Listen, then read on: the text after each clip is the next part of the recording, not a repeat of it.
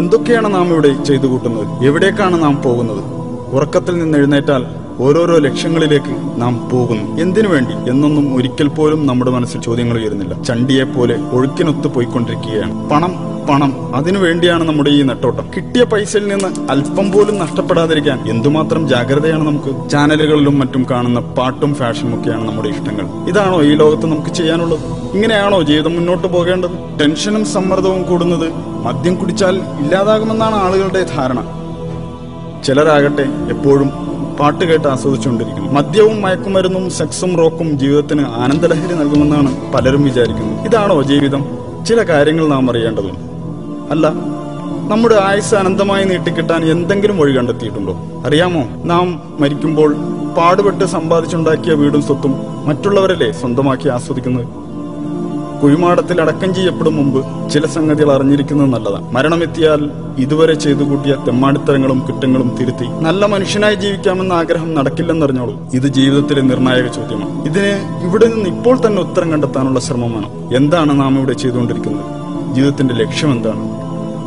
ഇവിടെ എങ്ങനെയാണ് നാം എത്തിച്ചേർന്നത്? ഇത്ര പെർഫെക്റ്റായി നമ്മെ സൃഷ്ടിച്ചതാരാണ്? മരിച്ചു കഴിഞ്ഞാൽ ഈ ശരീരത്തിന് എന്താണ് സംഭവിക്കുന്നത്? ഈ ലോകത്ത് തന്നെ മറ്റൊരു ജീവിതം കൂടി സാധ്യമാകും? ഈ ചോദ്യങ്ങൾക്കൊന്നും നമുക്ക് മറുപടിയില്ല. കാരണം ഇതിന്റെ ഉത്തരം അന്വേഷിച്ച് തല ഉണ്ടാക്കേണ്ട കാര്യമില്ലെന്നാണ് നമ്മുടെ വിചാരം. പ്രകൃതിയിൽ ഇങ്ങനെ ഓരോന്നും ഉണ്ടാകുന്നു, അതുപോലെ നമ്മളും. ഇതെല്ലാം സ്വാഭാവികമല്ലേ? ഇങ്ങനെയൊക്കെയാണ് നിങ്ങൾ കരുതുന്നതെങ്കിൽ ഞാൻ ചോദിച്ചോട്ടെ, താങ്കൾ തനിയെ ഉണ്ടായതാണ്? അതല്ല യാതൊരുവിധ ന്യൂനതകളുമില്ലാതെ മറ്റെവിടെയും കാണാത്ത വിധം പരിപൂർണമായ ഘടനയിൽ നിങ്ങളെ സൃഷ്ടിച്ചതിനു പിന്നിൽ ഒരു അഭൗതിക ശക്തിയുണ്ടോ? അറിയാമോ, ഏറ്റവും ഉന്നതമായ നിർമ്മാണ കലയുടെ ജീവരൂപമാണ് താങ്കൾ.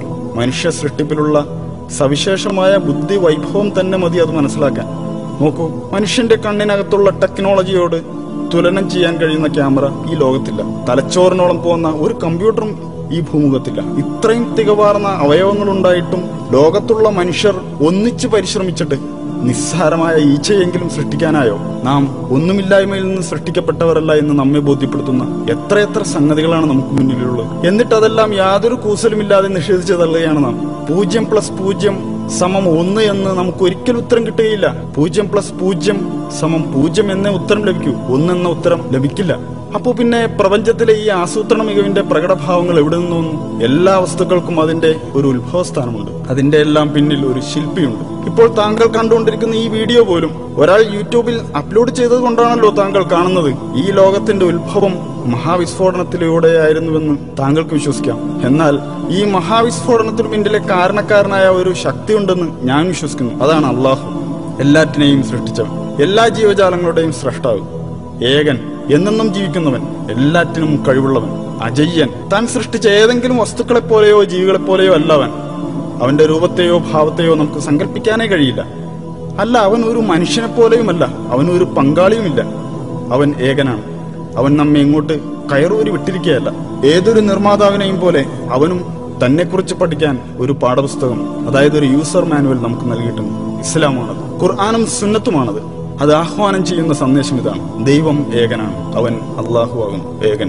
അവന് ആരുടെയും ആശ്രയം വേണ്ട. പ്രപഞ്ചത്തിലെല്ലാം അവനെ ആശ്രയിക്കുന്നു. അവന് മക്കളൊന്നുമില്ല, അവൻ ആരുടെയും സന്താനവുമല്ല. ഒട്ടും തന്നെ വൈരുദ്ധ്യങ്ങളില്ലാത്ത ഒരു ഗ്രന്ഥം, ശാസ്ത്രത്തിലും ചരിത്രത്തിലുമുള്ള വിസ്മയങ്ങളെ നമുക്കറിയിച്ചു തന്ന ഗ്രന്ഥം. ഓർക്കണം, 1400 വർഷങ്ങൾക്ക് മുമ്പ് അതൊക്കെ നമുക്ക് വെളിപ്പെടുത്തിയതാണ്. മനുഷ്യഭ്രൂണത്തെക്കുറിച്ച് കൃത്യമായ വിവരണം നൽകിയിട്ടുണ്ടതിൽ. ആ വിവരങ്ങളൊന്നും അന്നത്തെ ശാസ്ത്രലോകത്തിന് കണ്ടെത്താൻ കഴിയാത്തതായിരുന്നു. The descriptions of the human embryo in the Quran cannot be based on scientific knowledge in the 7th century. ഭൂമിയിൽ പർവ്വതങ്ങൾ ആണികൾ പോലെ ഉറപ്പിച്ചു നിർത്തിയിരിക്കുകയാണെന്ന് അത് വെളിപ്പെടുത്തുന്നു. 2 സമുദ്രങ്ങളെ കൂട്ടിച്ചേർത്തതും അവൻ തന്നെയാകുന്നു. ഒന്ന് രുചികരമായ തെളിനീർ, മറ്റേത് ചവർപ്പാർന്ന ഉപ്പുനീരും. രണ്ടിനുമിടയിൽ ഒരു മറയുണ്ട്. അവ കൂടിക്കലരുന്നത് വിലക്കുന്ന ഒരു തടസ്സം. രാപ്പകലുകൾ ഉണ്ടാക്കിയതും സൂര്യചന്ദ്രാദികളെ സൃഷ്ടിച്ചതും അള്ളാഹു മാത്രമാകുന്നു. ഒക്കെയും ഓരോ ഭ്രമണപഥങ്ങളിൽ നീന്തിക്കൊണ്ടിരിക്കുകയാകുന്നു. ആകാശത്തെ നാം നമ്മുടെ ശക്തിയാൽ സൃഷ്ടിച്ചു. നാം അതിനെ വികസിപ്പിച്ചുകൊണ്ടിരിക്കുകയാണ്. പ്രപഞ്ചം അതിദ്രുതം വികസിച്ചുകൊണ്ടിരിക്കുകയാണെന്ന് ഇപ്പോഴിതാ ശാസ്ത്രജ്ഞർ കണ്ടെത്തി കഴിഞ്ഞിരിക്കുന്നു. അള്ളാഹു എല്ലാ ജീവജാലങ്ങളെയും വെള്ളത്തിൽ നിന്ന് സൃഷ്ടിച്ചു. അവയിൽ ഉദരത്തിന്മേൽ ഇഴയുന്നവയുണ്ട്, ഇരുകാലിൽ നടക്കുന്നവയുണ്ട്, 4 കാലിൽ ചരിക്കുന്നവയുമുണ്ട്. അള്ളാഹു അവൻ ഇച്ഛിക്കുന്നത് സൃഷ്ടിക്കുന്നു. അവൻ എല്ലാ കാര്യത്തിനും കഴിവുറ്റവനാണ്. ഫറോവയുടെ ജഡം എല്ലാ കാലത്തേക്കുമുള്ളവർക്ക് ദൃഷ്ടാന്തമായി ഇന്നും നമ്മുടെ മുന്നിലുണ്ട്. ഇന്നും നിന്റെ ജഡം മാത്രം നാം രക്ഷപ്പെടുത്തും, പിൻതലമുറകൾക്ക് ഒരു ദൃഷ്ടാന്തമാകേണ്ടതിന്. റോമക്കാർ അടുത്ത ഭൂപ്രദേശത്ത് പരാജിതരായിരിക്കുന്നു. റോമക്കാർ പരാജിതരായ സ്ഥലം കണ്ടുപിടിക്കപ്പെട്ടിരിക്കുന്നു. റോമയേക്കാൾ താഴ്ന്ന പ്രദേശമായ ചാവുകടലിന്റെ ഭാഗത്തായിരുന്നു അവർ പരാജയപ്പെട്ട യുദ്ധം നടന്നത്. തെറിക്കുന്ന ഒരു ദ്രാവകത്തിൽ നിന്നാണ് മനുഷ്യൻ സൃഷ്ടിക്കപ്പെട്ടിട്ടുള്ളത്. അത് അവന്റെ നട്ടെല്ലിനും വാരിയെല്ലുകൾക്കും ഇടയിൽ നിന്ന് ഉത്ഭവിക്കുന്നു. 1400 വർഷങ്ങൾക്ക് മുമ്പ് ഇറക്കപ്പെട്ടതുപോലെ തന്നെയാണ് ഈ വാക്കുകൾ ഇപ്പോഴും. ഒരു മാറ്റവും വന്നിട്ടില്ല. നിങ്ങൾ പറയൂ, ഇതെല്ലാം പ്രവാചകൻ മുഹമ്മദ് എങ്ങനെ അറിഞ്ഞു? 1400 വർഷങ്ങൾക്ക് മുമ്പ് ഇതെല്ലാം എങ്ങനെയാണ് ആ മനുഷ്യൻ അറിഞ്ഞത്? എഴുത്തും വായനയും അറിയാത്ത മനുഷ്യനായിരുന്നല്ലോ മുഹമ്മദ്. എന്നാൽ അദ്ദേഹത്തിന്റെ അടുക്കൽ ദൈവത്തിങ്കിൽ നിന്നുള്ള മാലാഖ സത്യസന്ദേശവും കൊണ്ട് ചെന്നിരുന്നു. ഇതൊക്കെ പക്ഷേ അധികം ആളുകളും തള്ളിക്കളയുകയാണ്. ഞാനൊന്ന് ചോദിക്കട്ടെ, എങ്കിൽ അതിനേക്കാൾ നല്ലൊരു വെളിപാട് പകരം കൊണ്ടുവരാമോ? പക്ഷെ അത് താങ്കൾക്കൊരിക്കലും കഴിയില്ല.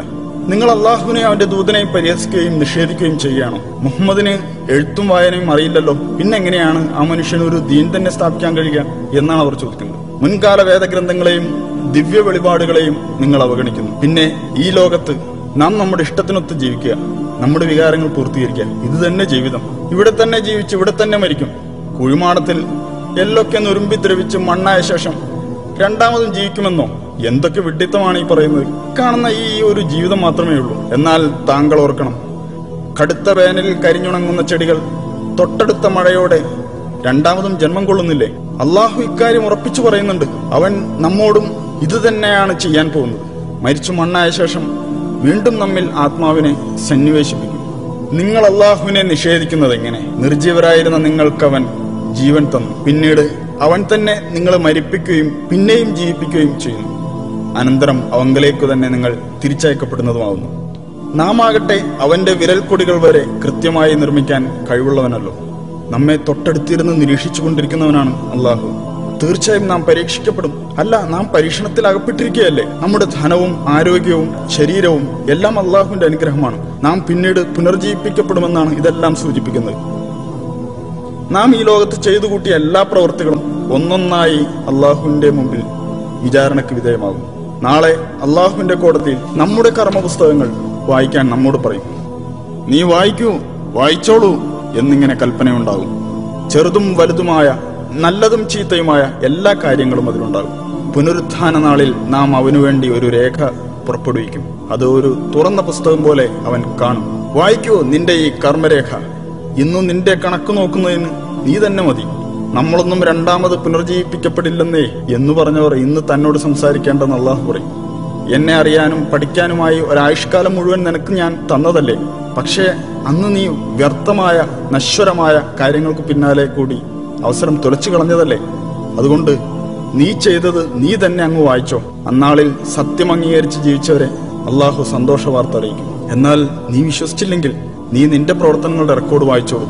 അതുകൊണ്ട് ആ നാളിനെ യാഥാർത്ഥ്യം മനസ്സിലാക്കാനുള്ള അവസരമായി തെറ്റിദ്ധരിക്കരുതേ. താങ്കൾ വായിക്കൂ താങ്കളുടെ കർമ്മപുസ്തകം.